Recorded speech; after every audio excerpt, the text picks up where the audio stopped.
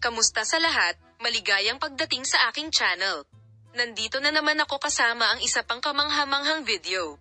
Paalam kina Engin Acurec at Tagbabuyak Ustan, isa sa mga pinag-uusap ang mag-asawa. Matapos ang mahabang relasyon, sa wakas ay nakilala rin sila.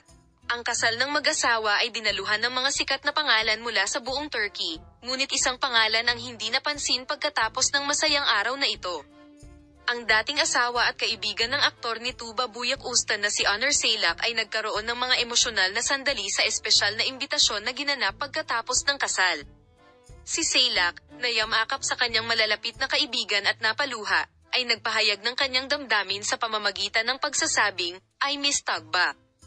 Ang mga taos-pusong pahayag na ito ni Saylac, na nalungkot sa hindi pagsama sa kanyang dating asawa sa masayang araw na ito, ay nakaantig sa lahat.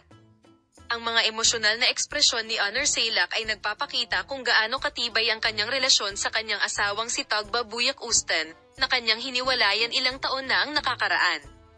Sinabi niya na kahit na sinimulan ni Tagbabuyak Ustan ang kanyang bagong buhay, si Onur Taylan ay nasa kanyang puso pa rin.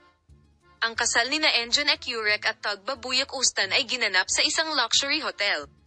Kabilang sa mga panauhin ang mga sikat na direktor, aktor at negosyante mula sa Turkey. Bakas sa kanilang mga mata ang dobling kaligayahan. Gayunpaman, ang mga emosyonal na sandali ni Onur Saylac ay nagdagdag ng ibang kapaligiran sa gabi.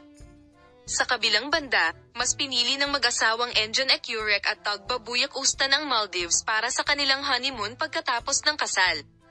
Sa pagsasabing kailangan nilang magpahinga pagkatapos ng pagmamadali ng kasal, nagbahagi ang mag-asawa ng mga larawan mula sa holiday.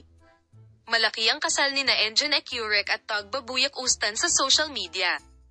Ibinahagi ng mga tagahanga ang kaligayahan ng mag-asawa sa pamamagitan ng pagbabahagi ng libu-libong mensahe at pagbati sa social media pagkatapos ng mga taon ng pagkakaibigan at romantikong relasyon ay nagsimula. Sina Tagbabuyak Ustan at Engin Acurec, tinamaan nito ang agenda ng magazine sa Turkey na parang bomba.